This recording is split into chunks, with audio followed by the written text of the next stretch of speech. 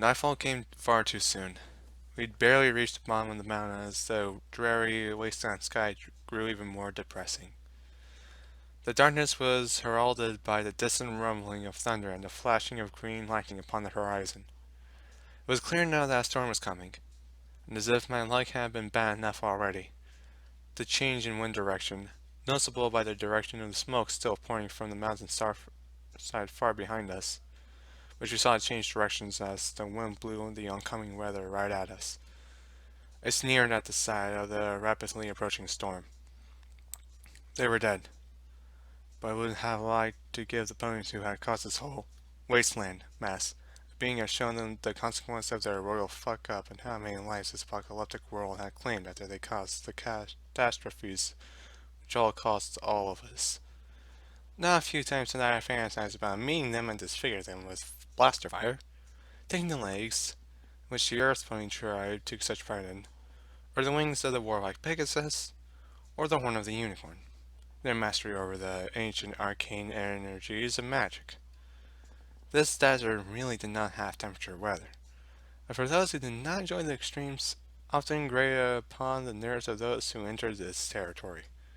Either it was so swelteringly hot that it felt as though we were being baked like beach fish, or we trudged through rainfall so heavy it seemed to drown us with torrential downpours. Even so, it was my own fault we were still out here. After having attempted to walk down the rocky mountain road with such a bad limp, instincts gathered by years in the wasteland were now coming at me angrily and mentally berating me for making such a rookie-level decision. It had taken me a good while to finally take a healing potion in an effort to fix it, some Maddox to counter the pain. Even then I needed a proper doctor to reset completely. Just another thing to add to the list of things that were wrong with me. Despite that mental reminder, not to mention all the pains, aches, and the constant churning in my gut, I couldn't bring myself to care. Most of my mind was caught up in worry. I had abandoned Star and had no idea where I'd got myself into. Most of all, my concerns lay upon Cherry. The thought of her was like a parasite upon my mind, drawing every part of my consciousness away from my own well-being. Not that I minded. I could be caught fretting over far worse ponies. My only problem was I didn't know how to apologize for what I'd said. Would simply telling her it was okay suffice? Of course not, you fucking idiot, my mind berated me. If someone had said that to you all those years ago, would you have just been fine? No, I sighed mentally, knowing may have just lost any of her trust I might have gained. She trusted my judgment when it came to killing those ponies down in the labs. She trusted I was making the correct decision when I told her to shoot them. Then I toned her down with such a thoughtless comment. Damn it, Dragonfire, damn it! I cursed myself over and over. I should have just let her kill that mare. Neither of us would have lost anything, and neither would. I stopped, shaking my head at no pony other than myself. Looking up, I found myself in the middle of a scorched street. A long row of asphalt stretched off into the darkening desert ahead. A surface awash with drifts of sand shifted in the foreboding wind. The very air itself buzzed with static, and thunder far above to herald was coming of a storm. Looking about, my eyes found the skeleton remains of housing either side of me, the lonely shadows cast out from the horizon as the sun was dragged away from the world. My visor lit up with several targets about me. Rad roaches and bloat sprites mostly, as well as some feral dogs. All were too far away to hinder us, scavenging among century-old trash dumps or the dusty remnants of collapsed rubble before the storm undoubtedly forced them back into hiding. From what I could see, no pony had followed us, or if they had, they'd yet to find us. That, or my visor was faulty, or I raised a hoof to my head in an attempt at calming my worry-filled mind. The first priority was that we had to find shelter. Crossing the desert at night was a bad idea at the best of times. Yet with the threat of a storm, it was practically suicide. Especially as that storm turned out to be one of the razor rat storms that sometimes blew in off of the sheen. Reconfirming that the coast was relatively clear, I turned my attention to the clusters of the ruined houses. Most of the structures on the right side were still intact enough to fulfill our needs. Just had to hope they weren't in flood. The crooked frame of one larger house was marked by a shattered glass foyer and many windows. A scorched and weathered sign above the broken door revealed, despite several of the letters being missing, that the building was in fact called Piney Shade Retirement Community. The warped metal frame of a revolving door sat between two smashed windows. Several scorched skeletons curled up on the cracked steps before it. It would have to do, I told myself, limping up to the former retirement home. As I moved, Cherry appeared beside me, her body still trembling. Come on, we really don't want to be out here after dark, I told her warningly, a cautious eye glancing to the darkening sky as more flashes lit up the clouds like the wrath of an angry goddess. Even so, much as Cherry fought not to show it, I could see the dread in her eyes too. For her sake, I picked myself up best I could. There was still no way I was going to let anything happen to her, not as long as I could move and drew a breath. As we entered through the crooked doorway, an eerie silence fell over the desert. It was as if even the wind feared the approaching storm and had fled. Tentatively, I stepped over the many skeletons curled up upon the porch. Beneath the scorched black bones and dirt, a large doormat read, "Welcome." Followed the grating were the details of the long-dead establishment. For a moment, I wondered why somebody would want to advertise their business where it would be stepped on. Yet such queries were fleeting as the lives of the bounties that commissioned such specially ordered goods. Ahead, beyond the shattered doorframe, the ghostly reminders of that long-gone population did not fade. Old, rusting wheelchairs bearing several skeletons were covered in shards of shattered glass and dull remains of a foyer stretched out before me. There was a rounded desk against the far wall, as well as several other smaller ones to my left and right, all sagging and rotten. Two skeletons were hunched over a pair of terminals behind the largest of them, and two more clawed at its stained front. Flanking the desk were two crooked door frames, each leading into the long passageways. There were larger, arched openings in the left and right walls, leading to two more grim rooms that looked to have once been living spaces. Now both were nothing more than graveyards, filled with skeletons, rotting furniture, and mud-coated carpets. The walls about me fared a little better against the wrath of the wasteland. Shreds of pine green wallpaper had long since washed away, and the carpet had pulled away to reveal the cracked wooden floors underneath. The same image was almost mirrored by the sagging plaster ceiling. Cautiously, I approached the desk. The establishment's title was written in dark green letters over the faded sign painted along its curved front. The skeletons seemed to claw at the words as if they would somehow save them. Peering over, I saw nothing but a dirt-choked office space, terminals, and more bones. A thick coat of mud had built up behind it, with the ceiling of rust been safe within the rear wall. Maybe the task it presented could be a chance for Cherry to feel better? I made a mental note of its location, evaluating the possibility of talking to her before mentioning the thing. With that in mind, I cautiously proceeded into the left corridor behind the desk. Beyond the rotting door frame was a long, dark hallway. No hostiles according to my visor. Yet most of the rooms that lined either side of the wall were closed, and I struggled to see through solid walls no matter how decrepit they were. What was clear in the faint light of my helmet was a shimmering layer of shattered glass and thick dirt beneath my hooves. Trampled skeletons were strewn about the grim encrusted floor, the thick lengths of which stretched up to about midpoint on the doorframe. Well, we certainly didn't want to be here if the place flooded, I noted, assuming that how high the water often rose as I cautiously approached the first door. The sound blaster levitated up to point right at the door as I slid open what remained of the round frame. Inside was an average-sized bedroom, plunged into an eternal darkness that only not disturbed. Torn fabric clung to the wooden skeletons that most of the furniture have devolved into. Crooked shelves sat wearily upon the blackened walls, looking out over a mud-stained carpet. Another skeleton sat slumped against a decaying dresser to my right. A second was curled up beneath a collapsed coffee table sitting beside a large couch opposite the door. To my left was a twin-sized bed, its rusted metal frames the only thing saving it from the decrepit fate all other things in the room had suffered. Its sheets were coated with dry mud. So much so, it could have been mistaken for some sort of strange creature's corpse. Finally, to the far left, there was another door, smothered by a pile of dry dirt and crooked on its rusted hinges. As my eyes wandered, I was reminded that, to me, this was just another ghastly image of the wasteland. Nevertheless, I proceeded into the drawing room. If need be, I searched the other rooms later. Right now, I want some rest. Besides, most of the critters around here couldn't open doors.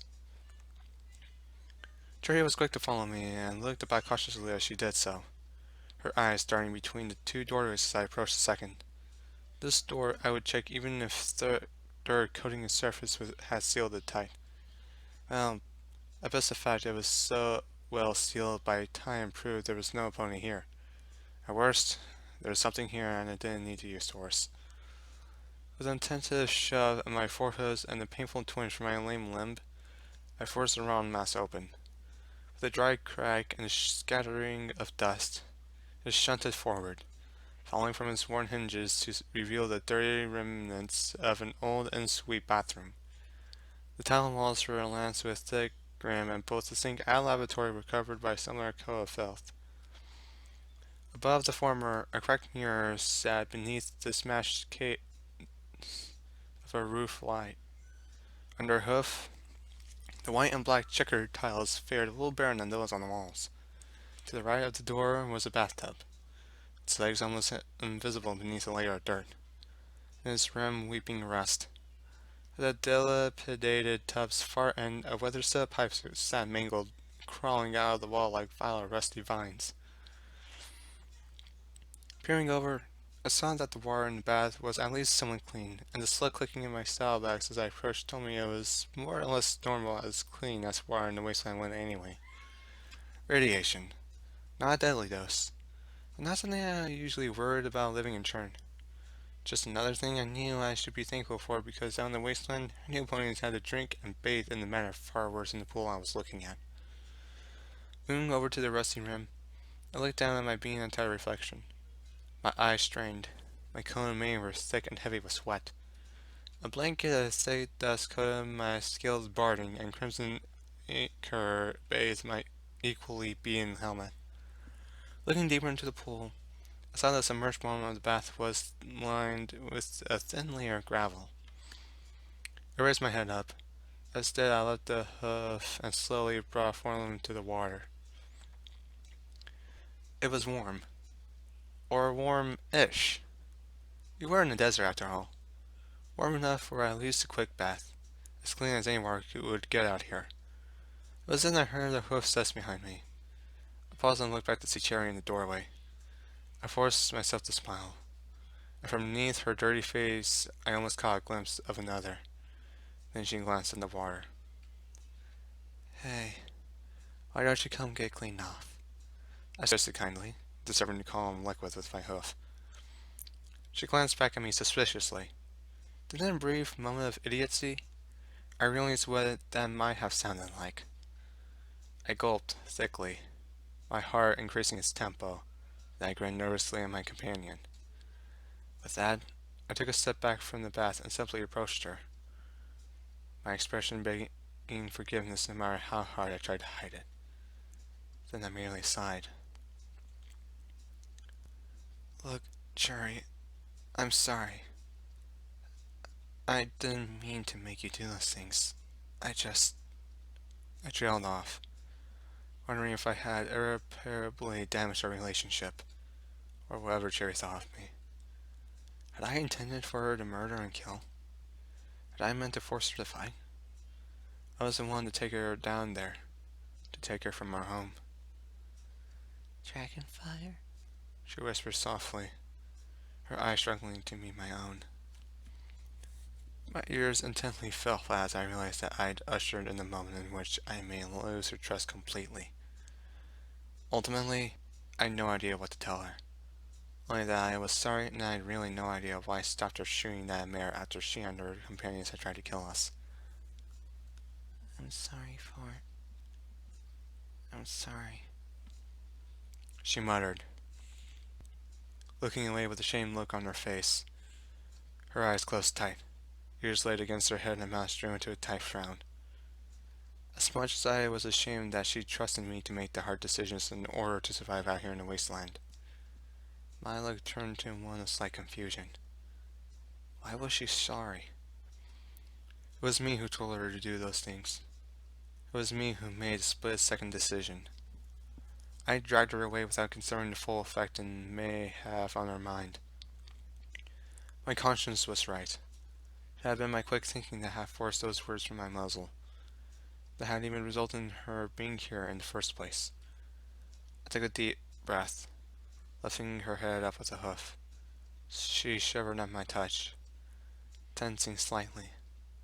Yet she didn't fight me. Instead, our eyes met. It wasn't your fault. I was the one telling you what to do. I was the one who hesitated, I admitted shamefully. You trusted me to make the right choice, and well... My tongue went limp.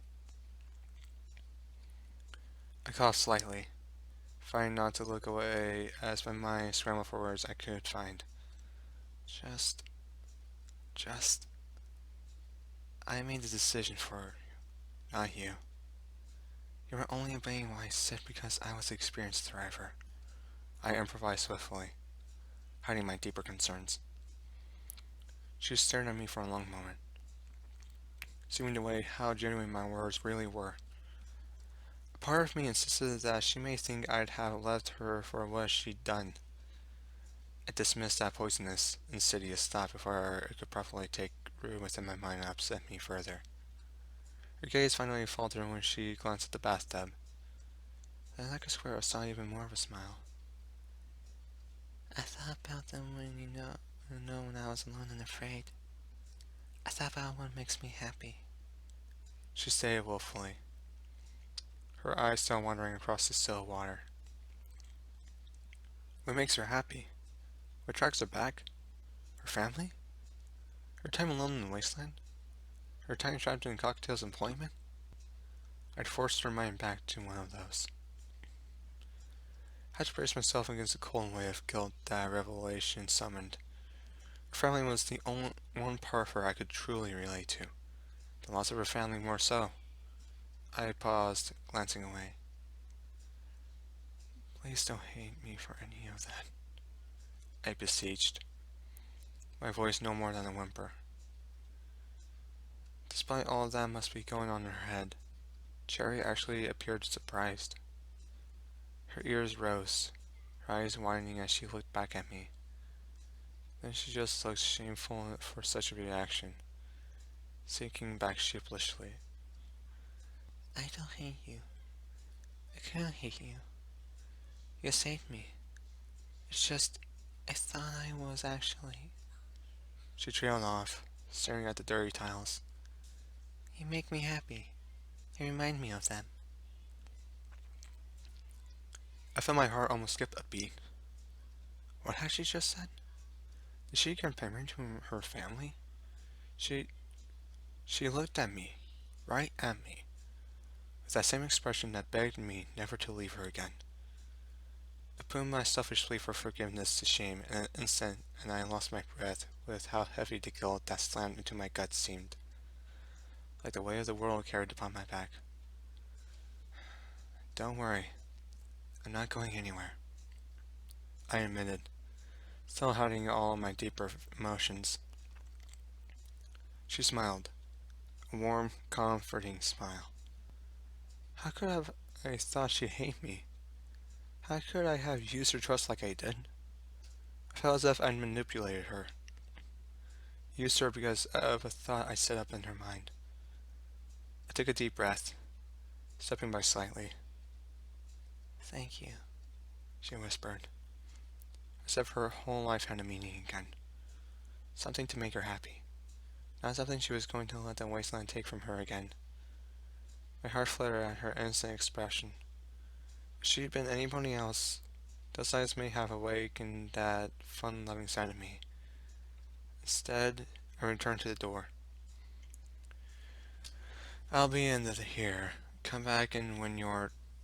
My words failed me as I noticed the worry in her eyes. I was leaving her again, I realized. My eyes started awkwardly about as hers closed and she swallowed. That's fine. She nearly whispered, giving me a nod.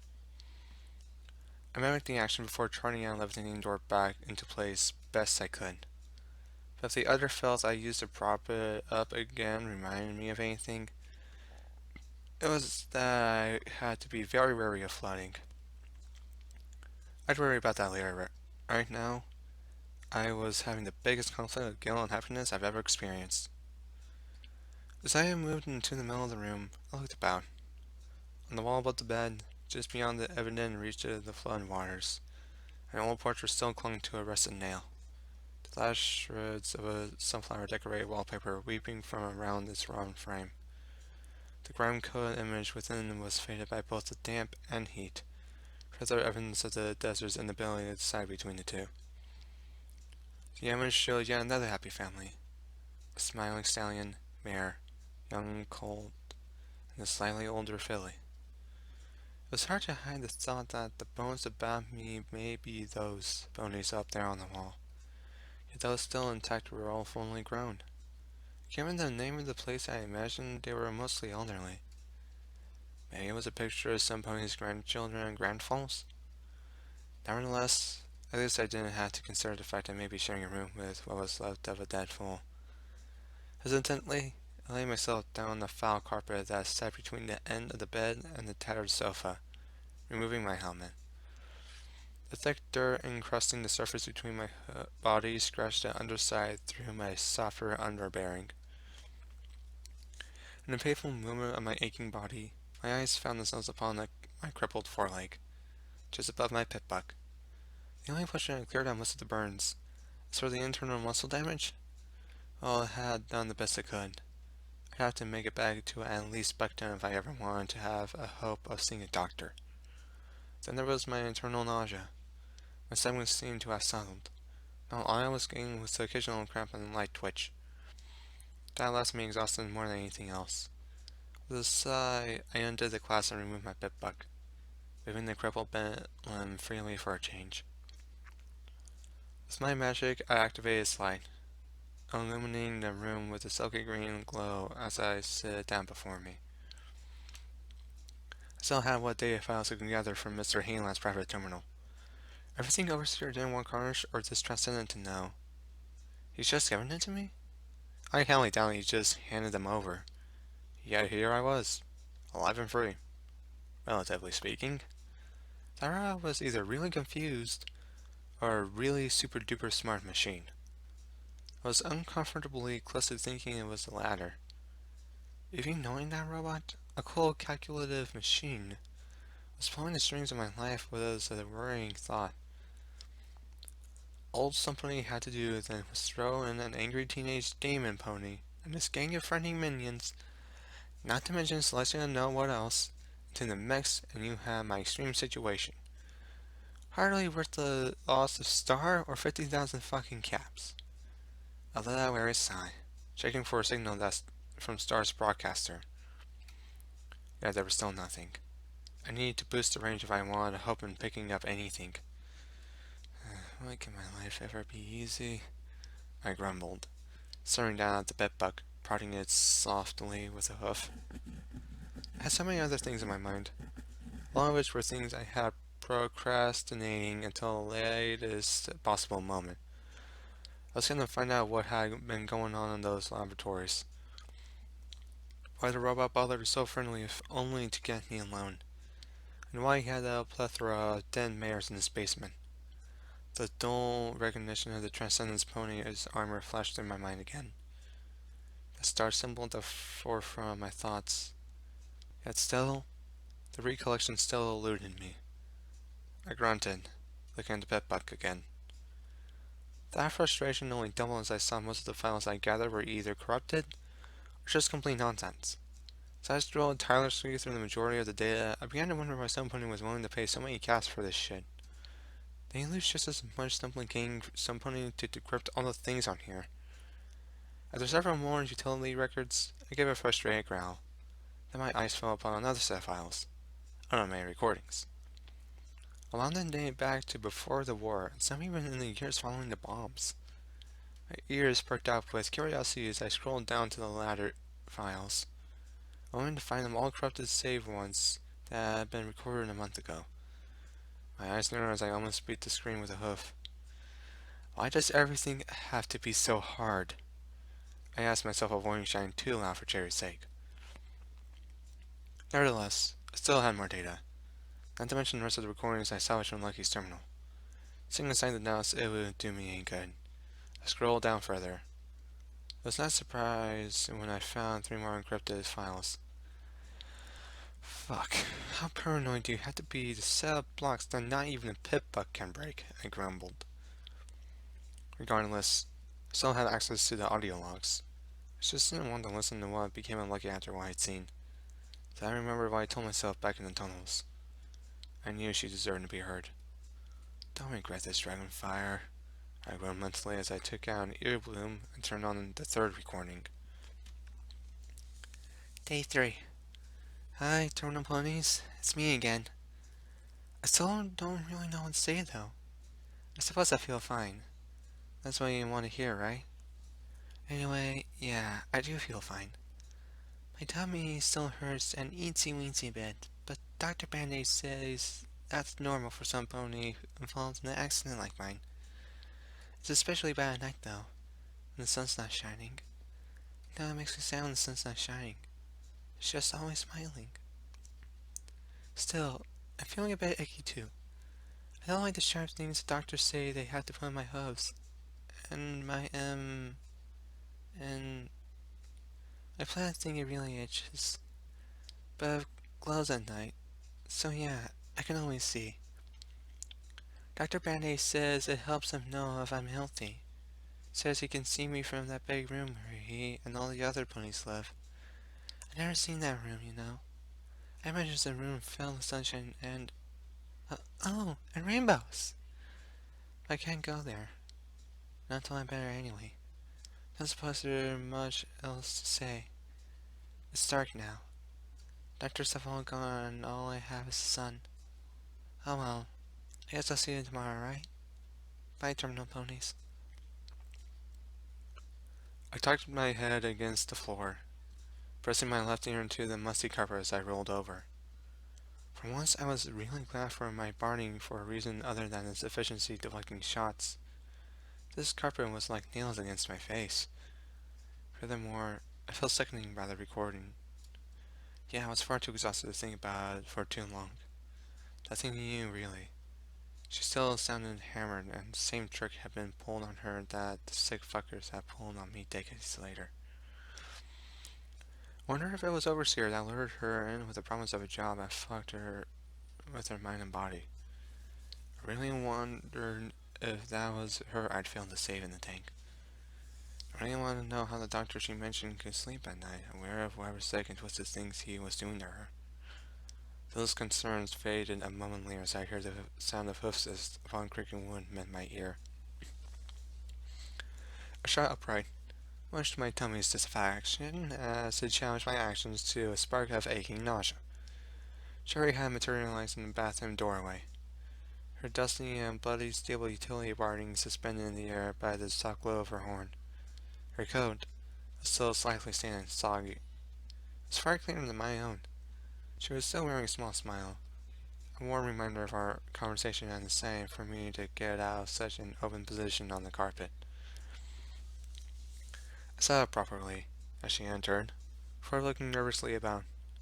For a moment, I wished she could feel the nose of the family picture above the bed. As her eyes wandered, they inevitably struck there, and my expression fell flat. Please don't think about the skeletons. Please, please, please. She glanced down respectfully before looking at me. For a long moment, I almost lost what to say. Was she disturbed? Reminded? Inspired? Eventually, my instincts just told me one thing. You should get some sleep. You can have the sofa, I offered, pointing a hoof toward the worn furniture. The mayor looked at me cautiously, before looking back to me with concern. What about you? She stated, her voice low and considerate. My ears perked, then fell flat as I realized that it must have been something in my sick mind. I looked about for something I could tell her I'd sleep upon. When that failed, I had to accept the floor was my bed for tonight. I'll be fine here. It's certainly not the first time I've been stuck on the floor, I said, with a reassuring laugh as I tapped the dirty carpet with the forehoof. Her concern didn't waver, yet any desire to argue was far from the forefront of her mind as she slowly slipped onto the couch, levitating her parting over her like a blanket. Good night, I told her softly, cautious not to sound too intrusive. The pink mare shifted to face me. Thanks, she admitted with a sudden smile before curling up in her improvised blanket. For a long moment, my gaze lingered on her, a faint memory crossing my thoughts, a memory I never wanted to recall. Then I looked back to my pit book, recalling what I'd heard. Lucky Star? Was that you I'd seen? Answering that question seemed like the ultimate goal of my existence at that moment. A part of me didn't want it answered. Day 4. I met the leader of the doctors today. At least he looked like their leader. He's the one who makes the sunshine and tells them what to do. So he has to be their leader. But he looks sick. Wonder if he was in an accident too. And that's why he needs all the doctors with him. He was coughing a lot and kept taking these weird little white things. They were like mine. They didn't seem to work on him like mine does. Well, I'm definitely taking mine now because I don't want that to happen to me. No way. But he, the leader, he came in here in the sunlight and he just sat there, looking at me all funny. Then he showed his magic box. Oh my gosh, it was amazing. It moved and played sounds and, well, he said there was only one. And it was his. I think it's how he controls all the doctors, but he didn't tell me. So I may be wrong. All he told me was that I was the most important pony in all of Equestria. Whatever that is. I'm the only pony in here besides the doctors. I wonder if that makes me the least important pony too. Anyway, he seemed to mean it. I don't know. His eyes, the way he said it. It's almost like it was the only thing he cared about was me. But he left. Just like that. Back out into the other world, I suppose. I wonder if I'm still born out there in the doctor's world. Equestria. I slowly pulled my hoof away from the screen. She didn't even remember Equestria? My anger was quelled simply by cold sorrow. Every moment that feeling spun in my head, it was one where I felt further emotionally torn. The former only a hatred for the cruelty of ponies before the war, or Mr. Heeland, who I assumed was the leader of the doctors, given his sickly condition. I wonder if he knew that would finally become of him then, regardless of his horrific fate. He was no different to those that killed and pillaged the world now. Back then ponies should have known better. Their failure to see the world they were creating had resulted in the dusty shithole pony camps squatted in today. The latter of my feelings were nothing but a frozen chill, churning about my aching insides. I had no idea what they'd done to her, to me, or to any pony they had sealed away in that dark morgue. What I did know is why they were there and were not well, for telling anybody what they were up to down there, especially those whose bodies they fucked about with. The mere thought of them was disgusting. And for what? What Overseer had done to me as a simple medical examination, hiding their need for Lucky behind the promise of a great, once-in-a-lifetime opportunity. It fanned the flames of my rage into a hurricane more fierce than Carnage himself. I didn't want to know what to think anymore. I lashed out with the hoof, striking the bedbug back against the bed frame. They were evil. We were all evil. No matter how perfect we think we are, Ponykind was far from perfection, but was close enough for us to exist. Close enough for us to kill and torture one another. My thoughts becoming as shimmering in the vat of mental acid as I curled my head round to my side and rested it upon the dirty carpet. It wasn't perfect. I failed to save so many who were far from being monsters. Raiderful, Lucky Star, even the dry bones in the room about me. I'd failed to help ponies who needed it. With a sharp thud, the tip of my knife hit the moist wood. I slashed lazily over my forehoofs as I reached out and pulled the sharp blade from the chipped table with my magic. The room around me was darkened, lit only by a few flickering candles and the occasional flash of lightning outside. The rickety wooden frame from which this shack was made rattled and groaned as harsh winds and the Doge, alike in volume only to a monstrous roar, battered down on it. Looking up, I saw a mirror, rather than attached to a frame that, in combination with the wooden desk, formed a pre-war dresser the likes of which was now so waterlogged and may well be liquid. Looking back at me from the cracked glass surface was an adolescent unicorn filly, her eyes and nose runny, her face stained with dirt, grim and bruises. She only earned her key mark today, a flaming cyan crystal, forged into the stark shape of a draconic wing. Only 12 years old, and now it was her who had to protect her family. Knives split and struck the table, clattering to the side as I glanced down to my bruised flank. The crystalline dragon wing was barely visible beneath the singed white hair and dirt. 12 years old, and I'd gotten my key mark. My desperate use of magical fire in the midst of battle. That was my special talent? It was my best guess. As for what it truly represented, I had no idea. All I did know was that it was not the happy revelation it should have been. All I saw looking down at that mark was an eternal brand upon my flank. It reminded me of the firefight that had sealed my fate. I was going to be alone, because I'd failed in the very same battle I'd seen my astral. A tired voice groaned to my left. I looked up sharply, my violent trembling obstructing any effort to retrieve my knife from the desktop. There, laying upon the tired couch, lit from above the several candles upon the steamed window, and wrapped in many layers of thick balustrade, was a deep blue-coated unicorn mare. A fading light in her cyan eyes. My mother. I knew I was not far from losing her. Not only her. Beneath the thick layers of blankets and thick quilts, a large bulge rose. Tentatively, I sat up shivering as I turned towards my dying mother.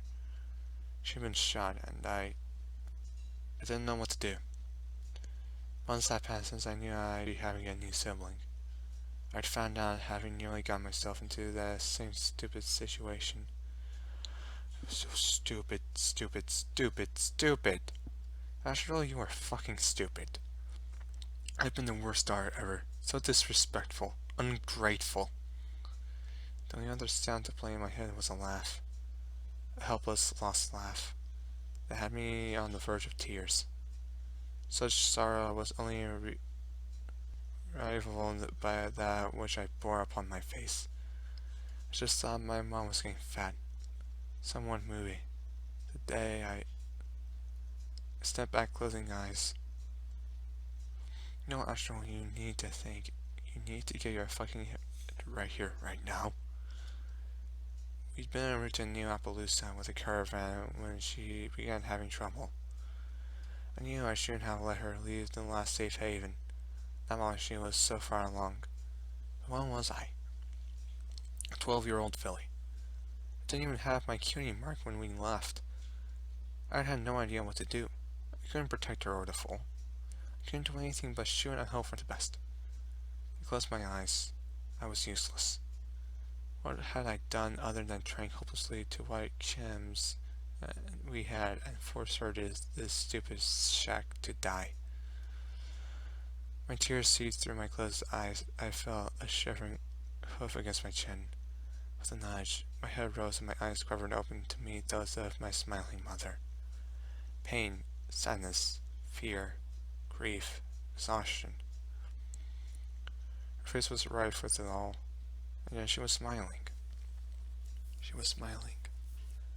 I, I'm sorry, Mom.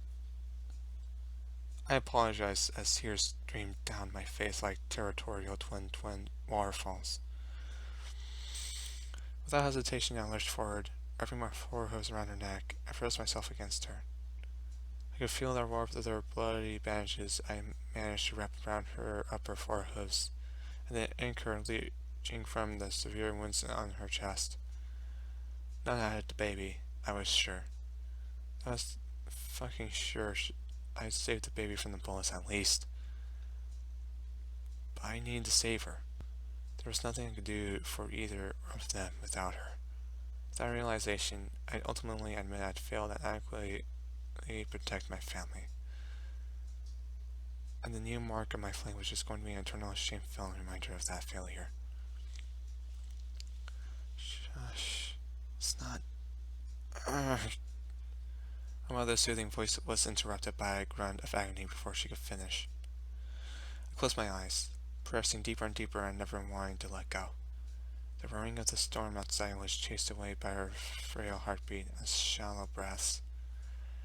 Beyond it, I could feel the canopy of muscular contractions as her body desperately tried to expel her unborn foal to save itself. Its efforts were futile, and those very efforts were killing her. I should have left her alive. No, I should have gotten her to New Appaloosa. Somewhere, anywhere. Actually, you listen to me. With another grunt of pain, I felt her head fall lazily behind me as her hoof limped across my back. Mom, Mom. I begged, nuzzling as close to her as I could. A moist blanket rubbing blood and salty tears into my face. Astral, you... the baby, you have to do something for me. She whimpered faintly. I didn't want to listen. I just wanted to stay here and hold her and never let go. If I held them both enough, no pony was ever going to take them. No pony. Astral fire. The fleeting sound of her meek voice beat down upon my ears like thunder. And with one great effort, I let her for hoof nudge me away. I wanted to scream, kick out against the force trying to drag me away, and hold on to her. Yeah, I did. I couldn't find it in myself. Then my eyes fell back to her fading, sighing gaze. And for a long moment she stared right at me, right into me with all the loving warpath she could muster.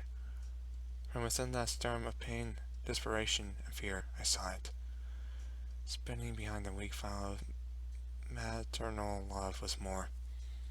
The weight of her hoof against me felt as it fell limp to the bed. Then with one final effort, her eyes filched upward to the dresser table. You have to save the... Her words were silenced by another painful contraction, becoming no more than a gurgling in her throat as her face contorted. My eyes dared not to look to the table. It may have been young, but I was a smart pony, and I knew it was still lay there. I knew that she couldn't save the baby, nor herself. I love you, both of you, she stammered weakly. Her head fell flat, the light slowly seeping from her shimmering eyes as her shallow breath ceased. I felt a rush of cold air mixed into the warm hysteria. The result was nothing but desperate sadness. I wanted to grab her in my hooves and never let go, shake her voice back to me. Um, The world filled my trembling muzzle as nothing more than a faint whisper. um, I asked again, but the only sound came from the raging storm outside. My breathing steadily accelerated, my heart beating like a hammer against my ribcage as panicked heat rushed through me. My eyes cautiously turned to her swollen belly beneath the blankets and my ears fell flat against my head. I need to save them, my family. All I had left was... please. I begged, my throbbing heart wrenching as the magical glow of my horn enthralled the knife still sat on the dresser. I didn't want to do this. I couldn't do this. She had to save the foal. Mom! I screamed. No answer came, but the howling went outside. A staggered whimper left my shivering muzzle, and a long breath that felt as if it sucked the life out from me. Mom. A frail plea, no louder than the silent tears seeping down my face. I placed my hoof on her forehead, feeling the softness of her coat one last time. My trembling body tensed sharply, my head drooping, tears gushing forth. My horn flared brighter as the blade levitated to my side. I took a deep, weak breath, looking up at my mother's still face, locked for eternity with that warm smile. The smile I forced in return was nothing but a mockery of her own. No matter how hard I tried, I could never be the mother she was. I loved her more than anything. Gently, I pushed her eyes closed with a forehoof. I'll never let you down, Mom. I stated firmly, with as much pride as my frail emotional state would allow. I closed my eyes, biting back the flow of tears as I turned and took the knife to save my family.